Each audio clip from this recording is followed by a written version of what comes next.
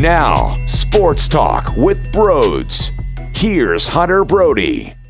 What is going on, everyone? Welcome on into Sports Talk with Brodes. I have so much going on in my head right now. And I'll be honest with you, it's like that 24/7. When is there not nonsense flying around in my brain? But I want to touch on that Jeff McLane article that dropped over the weekend because it is damning. And you have to take it for what it is. Jeff McLane is known to be controversial. He just had a story the other week, I should say, about two guys being held back when approaching Doug Peterson on the sideline in week 17, and then a lot of reports said that they were not hearing anything close to that. So you know how Jeff McLane operates, all right? He's very controversial. He likes to get under the skin of people involved in this organization. So you need to look at it with realistic thoughts. How about that?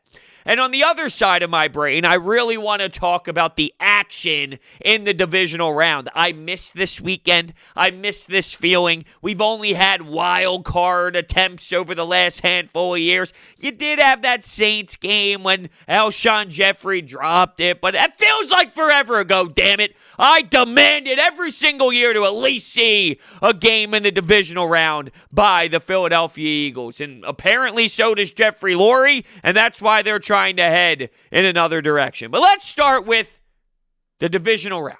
First, we are broadcasting live, and the Manscaped Man Cave. Get 20% off and free shipping with the code BROD at manscaped.com. In the NFC, you add Drew Brees versus Tom Brady. The story speaks for itself, right? You got both Hall of Famers. Tom Brady is the damn GOAT, and I can't stand that people hate him as much as they do. It's ridiculous. This guy is unbelievable. He's lethal, and he's nonstop making plays happen. You got to credit the defense. They did create a handful of turnovers, and then Tom Brady and the offense cashed in after that. Leonard Fournette with a really miraculous game. If you look around the stat sheet for Tampa Bay, Mike Evans had 3 yards. Antonio Brown had 10 yards. It's not as if it was this dominant performance from all these weapons that we talked about all season long.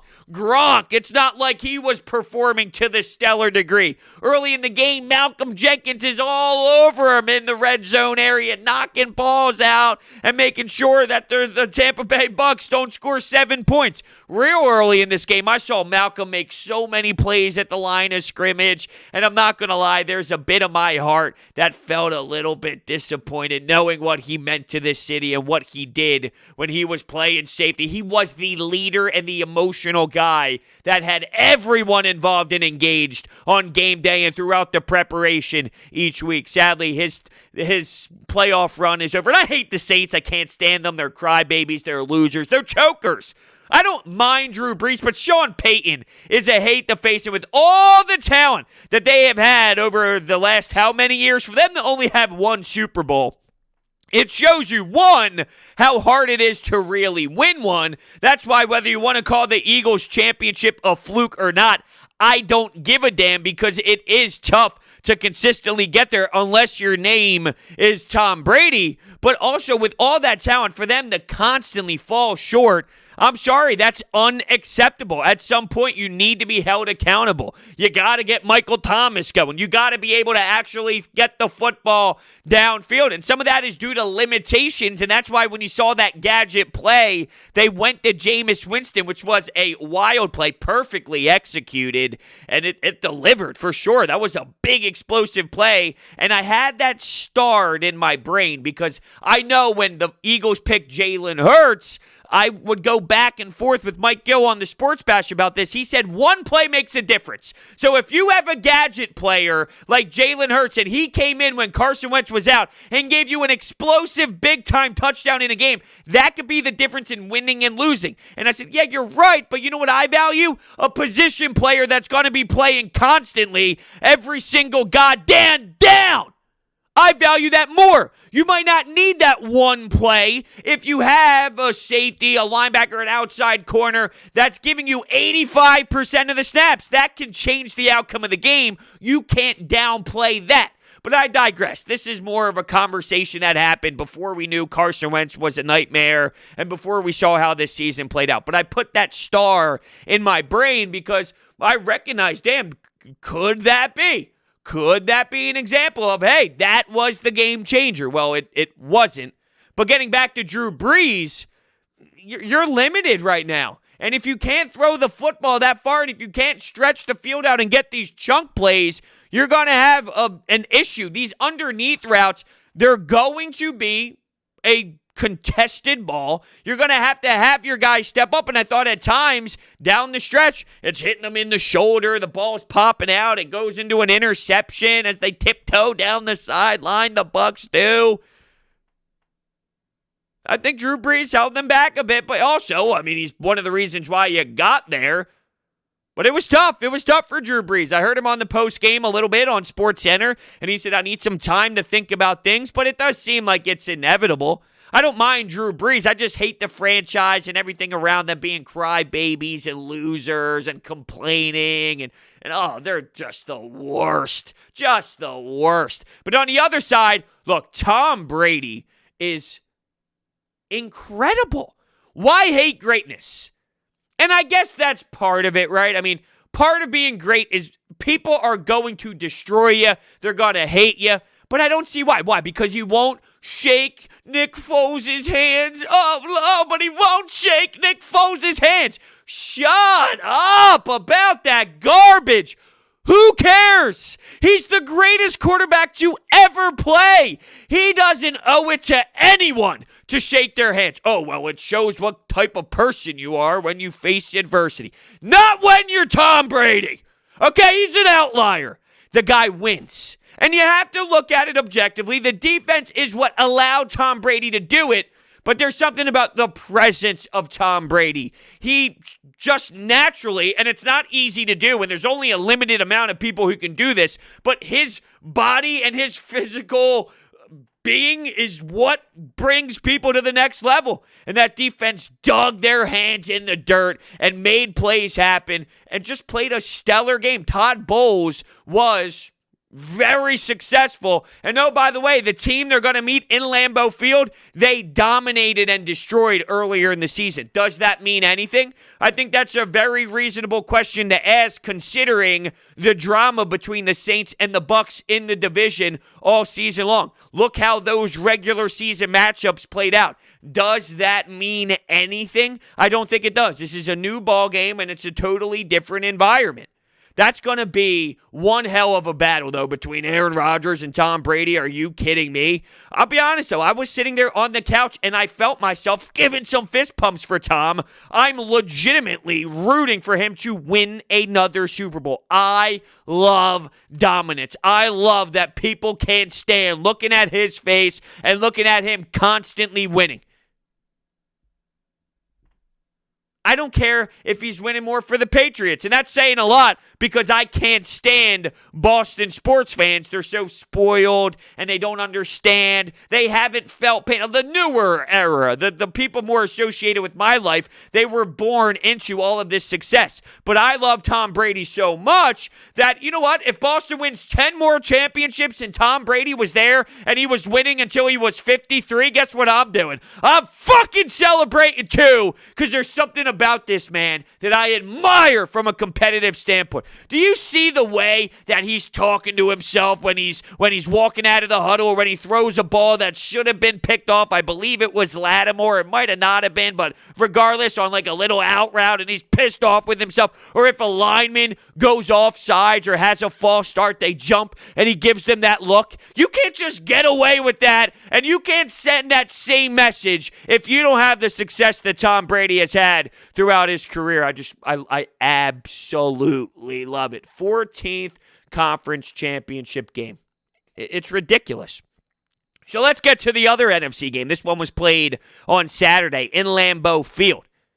The weather showed Lambeau Field, but apparently it wasn't as cold as it looked. All right. I mean, I love when it's freezing. Well, it would be a lot better if Lambeau Field was packed with a bunch more fans, even though they did have some. But when you can see the breath, you can see how cold it is, the big-ass green jackets, there's nothing better than when you're talking about January football and talking about the greatest quarterbacks as well. But look, they dominated the first defense in this league. There's a lot to be said about Aaron Donald battling through and being in some pain and really having to to be limited, which plays a role. I mean, you're talking about arguably the best player in all of football. He's up there, and for it to be a defensive tackle in a quarterback-driven league where it's all about the explosive offense, that's telling you everything you need to know. But I thought Green Bay did such a great job at pre-snap movements. I mean, you see guys running from one side to the other, Jalen Ramsey getting all pissed off, stomping his feet, being disgusted because, well, the pre-snap movement's disguising everything. Aaron Rodgers, a close-up of his face, of him smiling, doing a little bit of smirking because he knows he's going to abuse whatever matchup he wants. And I love the fact that Green Bay committed to that run. Aaron Jones, 99 yards, right? Like, you start pounding the rock against that Rams defense, well, they get tired, and you just drill them, and you destroy them, and you allow them to get tired, and there's so much fatigue that comes into play that by a certain point, they're exhausted. There was a turning point in this game, though. Lazard drops a big-time catch that allowed the Rams to have some sort of buzz. There was a second-half push by the Rams, but ultimately it wasn't enough. They did not have enough firepower. They were missing guys. Cooper Kupp not involved, and that's a game-changer for sure for what Sean McVay and what Jared Goff wants to do. Also, keep in mind that Jared Goff has an issue with the hand, with the thumb, so it's not as if he was able to really grasp everything the way that he normally would. Lazard, though, for having such a brutal moment, he ends up responding with a big-time catch that helped solidify the win. As much as I just praised my love for Tom Brady and how much I'm rooting for him, there's something to be said about Aaron Rodgers, too. I mean, we don't appreciate his greatness. The way that he slings the football out of his hand so nonchalantly and it goes 70 yards. And here's Devontae Adams beating any defender he wants to, and he'll casually just find it as it drops into the breadbasket. It's crazy to watch. Fun football is something I forget what it's like. And throughout the broadcast, I remember hearing, well, this play works because of what they did here. And this play works because what they did in the first quarter. And this formation is the same formation that they did in the second quarter, but instead of pushing the line this way, they add a bootlegger. And I'm like, oh! So hold on a second. You're telling me it's possible to actually game plan plays later on based off of what you did previously in the game? Wow! I didn't think Doug Peterson knew that. So something so beneficial because you ran the ball in the second quarter in the same formation. And then, hold on, in the third quarter, same formation, play action, get Rodgers out of the pocket, 40-yard gain. Wait, that can happen? Wow. This is breaking news to me. Wow. It's a joke. Watching these offenses compared to this Bush League Doug Peterson offense, it's a joke. We had Adam Kaplan on the Sports Bash on Friday, right? And he was saying how the coaching staff, because I was always under the impression that Doug Peterson didn't have power to hire his own staff. Well, that's not the case. He didn't have the power to bring back Mike Groh and Carson Wentz, but it was up to him to actually bring in the guys that he wanted. So he picked Scangarello. He picked Marty Morningweg. And with all of their positives that they bring from what they do well, none of that was implemented in the game plan. And that just shows, based off of the statistics of pre-snap movement, of everything that they do, everything that you brought them in here to do, you didn't even put it into your game plan.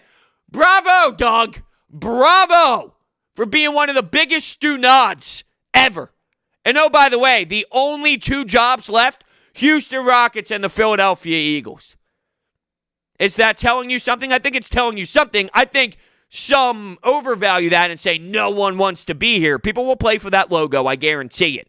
But it's also pretty damning that you're involved with the Houston Texans, who are in a nightmare scenario right now with Deshaun Watson. You think Carson Wentz and Jalen Hurts' drama? It is. Is it the same as Deshaun Watson? I don't think it's to that level. All right, let's move on to the AFC. The game that I anticipated the most was a dud. Indianapolis versus the Ravens. I thought the game sucked. I thought both teams played bad, and one team just had to win. Look, a lot of factors. The wind was crazy. Justin Tucker's missing field goals left and right, which obviously those two things correlate, but you see his face as if he's so shocked and stunned afterward. Did I just miss another? You're telling me I missed another? His eyes are wide open, can't even comprehend the news, can't even comprehend the doink. You know, same going on with the Bills. They're shocked, they're stunned, missed field goals all over the place. I just thought the game was boring. Lamar Jackson gets knocked out of the game, which is very unfortunate. I never want to see anybody go through any sort of injury, and I want to see two quarterbacks battle out there. That's one of the big reasons of the intrigue. It's not just the defenses for both teams, but it's the fact that these quarterbacks are so mobile and they can make plays. Look, this Lamar Jackson thing, I've been rooting for the kid to succeed. I hate that people write him off because he's a certain style, and they say that'll never work, he's a wide receiver. No. That's garbage. That's people who have an agenda based off of a certain look, and I'm totally against that trash. So I was heavily rooting for this kid to succeed. But I also see that there is a track record of not developing enough. It's the Ben Simmons factor. I've always supported Ben. I've always seen why people said that he can be X player. If you're not going to develop and take that next step, you are going to have a ceiling and you're going to be limited in what your team can do if you are looked at as that guy. Lamar Jackson, this team has a cap. You are not going to be able to be playoff successful if you can't throw the football. If you're throwing an interception the way that he did in the red zone area, unacceptable, game-changing plays. I mean, you can't have that happen. Teams will dare you to throw. Your running ability will only get you so far. You have to take that next step. And at one point, do you question, what do you have here with Lamar Jackson? I think he's so unique and so special, and there's something in there. But there has to be a next step. There has to be a legitimate option added to his game, or you are going to constantly lose games like this. 3 points. And I know it could have been 9 if you hit your field goals, but field goals are not going to win you a lot of football games. It might squeak you out one here or there or whatever the case may be, because the Chiefs, when they played the Cleveland Browns, they had some field goals and they won the football game. So it is possible, but it's not something that you can legitimately rely on constantly. You got to be able to put the ball in the end zone. And I think the Ravens are having a tough spot. Dable, no runs in the first half. Oh, brutal. Now, no designed runs. Then they came out in the second half a bit. They established a little bit, and they were able to get some rhythm. But you got to credit the defense and look at the defense for getting that big-time pick 6 by Johnson. Diggs had over 100 yards, though, offensively, so he did have his imprint and his footprint, his fingerprints, I should say, on this game. And we talk about Josh Allen and the way that he has taken a step in his development. You can't deny that getting a player like Stephon Diggs is so big to the jump in his completion percentage. When all else fails, when you don't have your best option there outside of Diggs, what do? You look Diggs' way. If you are under pressure, what do? You look Diggs' way. If you think you need some big-time play and it's not really there, just chalk it up and throw a dime to Diggs and see what happens when you put it his way. There's a correlation between how the Bills are operating right now as an offense and Diggs. Although that game, it was a little bit ugly, and they're going to have to make a significant difference in execution when it comes to their matchup against the Chiefs. But as much as I was juiced for the game flat out was garbage, in my opinion, and that's just my personal opinion. I guess my expectations were so damn high. And then the Chiefs hold on to the Browns. You have to give the Browns so much credit. They left everything out there. They battled insanely. Did they get screwed over because of what a rule is and the helmet-to-helmet as well? Yeah, you know what? They probably could have handled that situation better, but I love the way Baker Mayfield said it after the game. There were so many plays out there. I threw across my body me. That's one of the sins of this football game. Threw it across my body over the middle. That can't happen. So Baker Mayfield's taking the initiative here of like, yeah, you know what? If that play is what it is, there were so many plays left out on the field. And Higgins, he went out and he reached, and it was a fumble, and you can debate if you like the rule or you don't like the rule. The helmet-to-helmet was in play. The game had a wild sequence all around. You have Tyreek Hill shoving coaches on the sideline. You have Chad Henne coming in, running for a big-time play, getting it to 4th and short, and then in shotgun, Andy Reid throws a pass to seal the deal and solidify the win. Pat Mahomes is out of the game. I didn't think that play was cheap. I didn't think that, he tried to do anything. He didn't hit him head-to-head. And then, yeah, there was a little rap involved, but I don't think there was any intention to do anything. That's just the nature of football and how it goes sometimes. Apparently, they're expecting him to be able to go, and there's still a lot of concussion protocol stuff to play out, but that was a scary sight to see Pat Mahomes wobble. I thought the Browns did everything they possibly could. They tried their hardest. They put together a decent game plan. Like, they tried. I mean, you're going up against a juggernaut for a reason, and even when Pat Mahomes left the game, were there chances? Sure. Absolutely there were chances, but you got to look at the progression of this team, and based off of what they are used to, really, really, really tip my cap, and I think they'll be back. Myles Garrett. I talked about Aaron Donald, who was on the sidelines at times, and he was going through some battles. Well, same with Myles Garrett. I thought that impacted the Cleveland Browns and what they were able to do from a pressure standpoint. But let's look at Andy Reid and go, wow, coach, good for you. And everyone right now is tying it back to the Eagles. I can't believe people booed this guy out of town. Look, at some point, good coaches, they need a new opportunity. They need a new fresh start. Who's to say Andy Reid didn't adapt from his time here and from the pain that he went through towards the end of his time in Philadelphia? It was time. Like, sometimes good coaches just need a fresh voice, and that's okay. But Andy Reid going back to another championship game, having the faith in his backup quarterback on 4th and short and shotgun to throw it out. I mean, you're talking 3rd and long. He's running, lower his shoulder. You're seeing beautiful throws over the middle to Travis Kelce, who's giving you the fist bump. One really bad play from Chad Henne, though. Overthrow into the end zone for a pick. Probably not ideal, if you know what I mean. There was also another injury for Pat Mahomes before the concussion. It was that toe. It was the foot. You could see the limp. Every time he's getting back into the huddle, he's doing a little bit of a limp.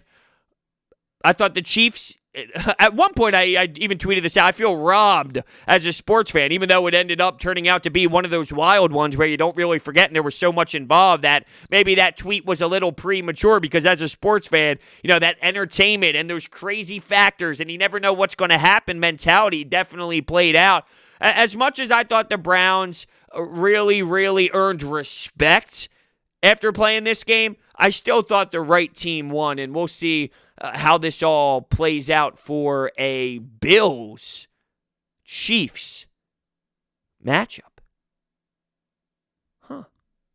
I'm intrigued. Can't say I'm not.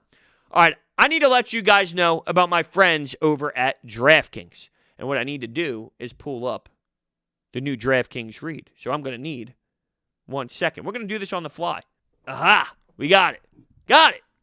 The return we've all been waiting for is finally here. UFC's most notorious icon is stepping back into the octagon this Saturday. Be sure to check out DraftKings Sportsbook, the official sports betting partner of the UFC, for a shot to turn $1 into $257. That's right. New users can bet $1 on McGregor to win by knockout in the first round. If he does, you'll be cashing $257. Bet a little, win a lot. It's that simple. Do not forget about the playoffs. Head to the app now and check out everything that DraftKings has to offer. Download the top-rated DraftKings Sportsbook app now and use promo code Brodes when you sign up to turn $1 into $257 if McGregor wins by first-round knockout. Place your bet and watch the fist fly this weekend. That's code Brodes for new players to get $257 if McGregor wins by first-round knockout. For a limited time, only at DraftKings Sportsbook. Must be 21 or older, Pennsylvania only. Restrictions apply in partnership with Meadows Racetrack and Casino. See DraftKings.com/sportsbook for details. Gambling problem? Call 1-800-GAMBLER.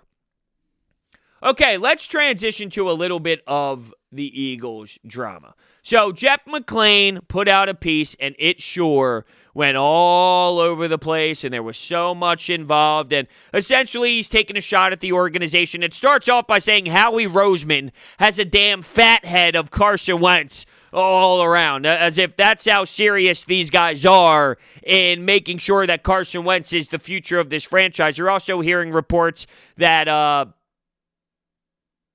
when it comes to the new hire, Carson Wentz needs to be favored over Jalen Hurts, and that's a little bit of different reporting, not so much the Jeff McLane article specifically, so all of that is getting thrown around. But look, there's some damning things in here, and I just want to say, you need to realize the source, and a lot of people say, oh, there's people write this and that, and all of it. Look, Jeff McLane has been around for a long time, all right? He's very involved and has a lot of sources, but there's also a huge known beef. So I think there is truth to this, but it is very known that his stories get a little bit stretched out and seem more intense than they actually are. So it's somewhere in the middle, and that's how I personally read it. For example, I'll use this quote as the exact way I feel. When he wrote the story about what happened in Week 17 with the drama surrounding putting in Nate Sudfeld, he said 2 players need to be held back from approaching Doug Peterson. The way that's written, it's almost as if guys were charging at Doug Peterson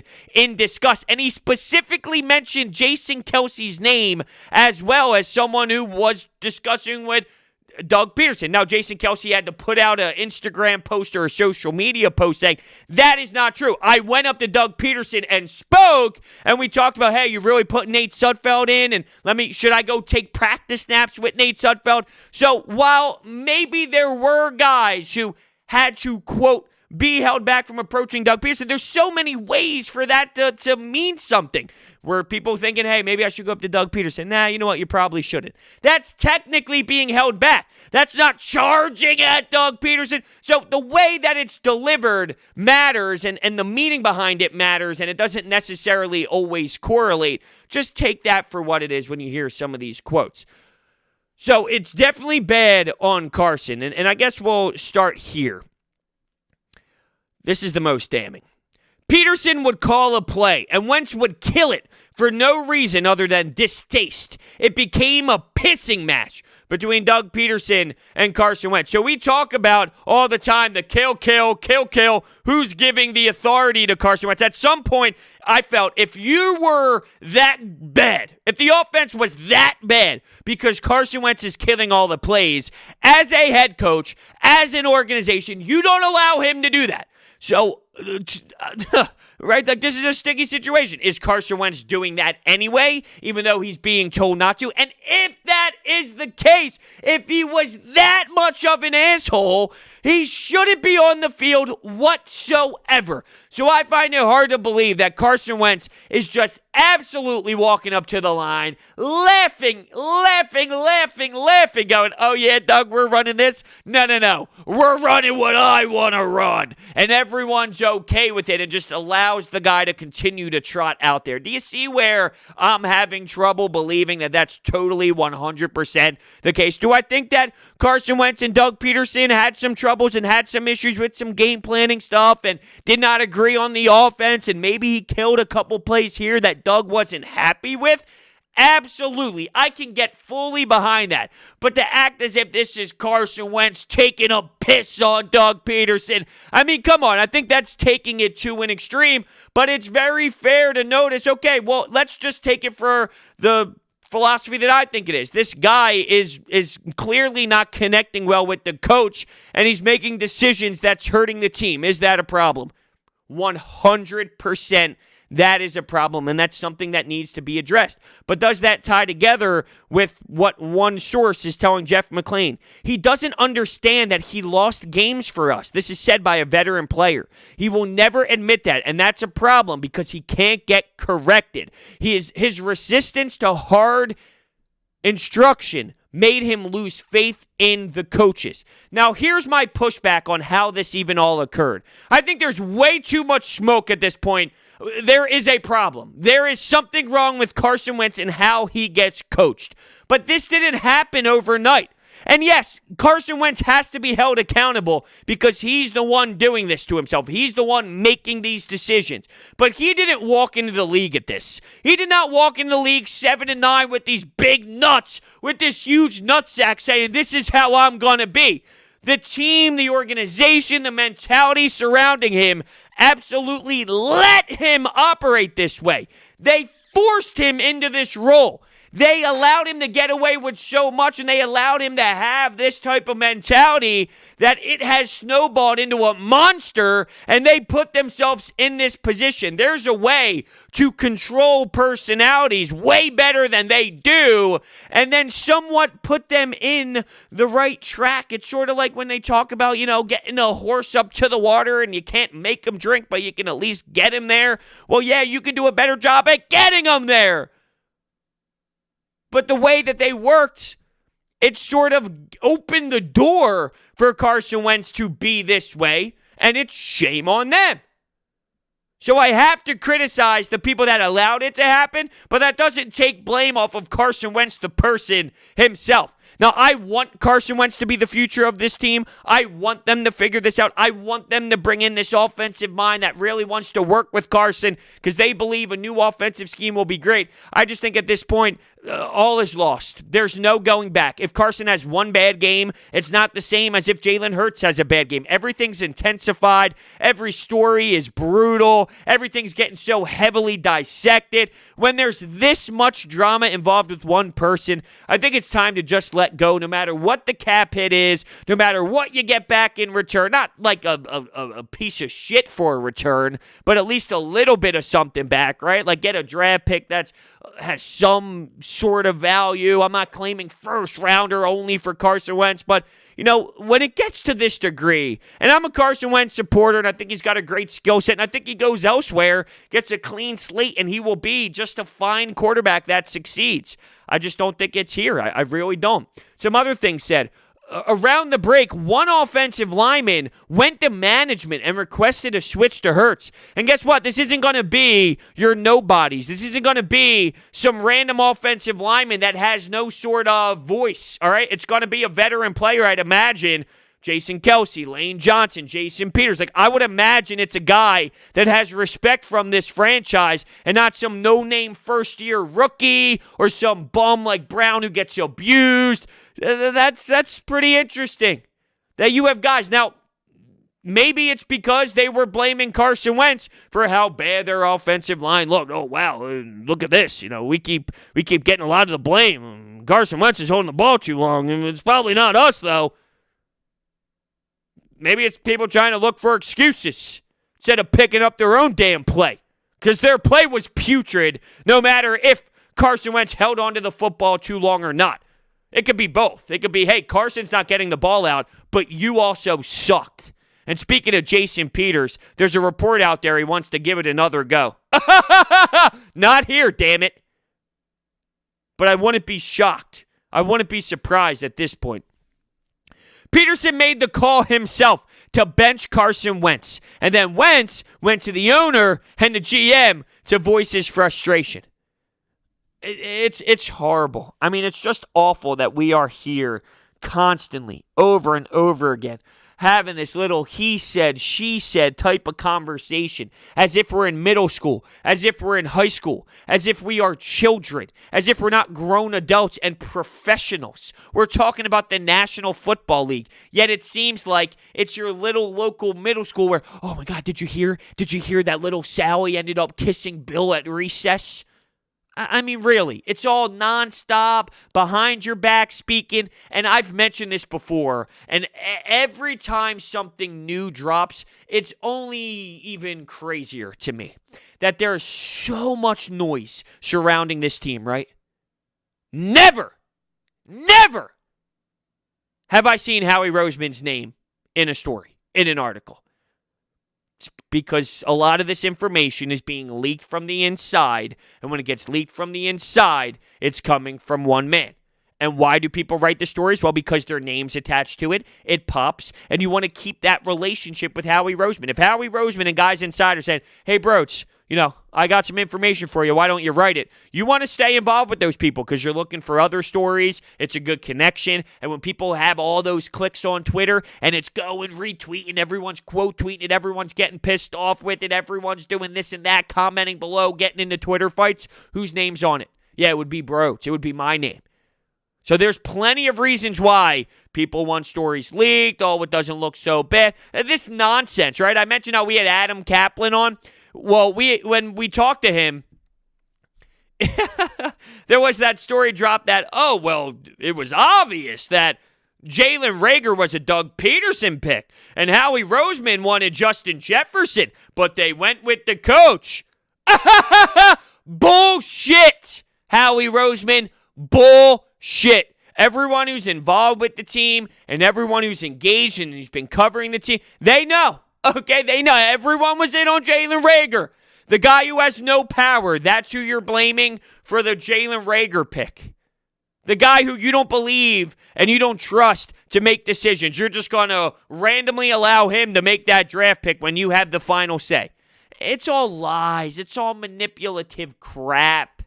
And he thinks we're stupid. And he thinks we're dumb.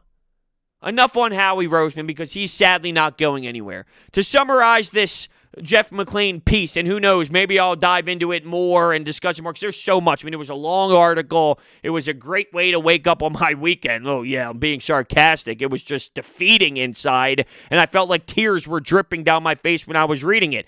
But, my main takeaway is, regardless how much is true, regardless how much is stretched out, regardless of anything related to Carson Wentz and where we are right now, I think you just need to start fresh. And it sucks because I think he's a special talent. People are pissed off that he's stubborn. I want stubborn. Tom Brady's stubborn. Aaron Rodgers is stubborn. These guys are stubborn. Stubborn is good. Chris Long even mentioned that in his most recent podcast.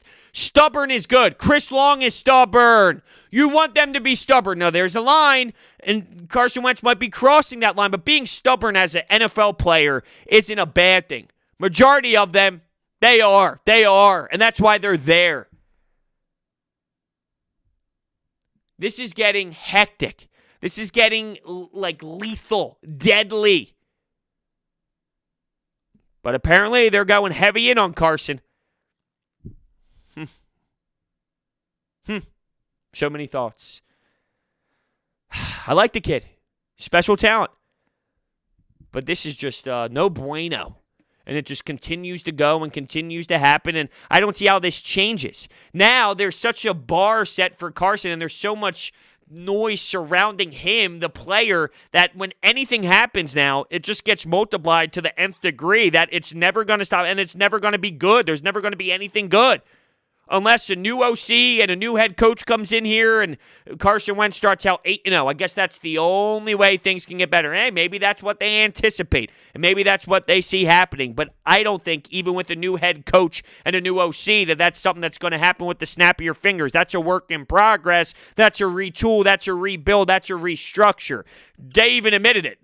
Doug Peterson wanted to win. We don't want to win. That was their message. We don't want to win. We're happy with our guys in the GM chairs and in our front office that keeps getting plucked by other organizations. Oh, I'm glad that's what you care about, Jeffrey Lurie. I'm sick of it. I'm just so sick of it. Thank you all so much for listening to this episode. I need to let you know about my friends over at Orbit Energy and Power. With over 20 years of experience in the industry, they're home to your solar experts in residential and commercial projects. Their solar program eliminates your electric bill completely. They offer flexible financing solutions such as $0 down. They also provide water purification systems, backup energy services, battery storage, and more. Check out all their information down below. Thank you so much for listening, and I will see you next time.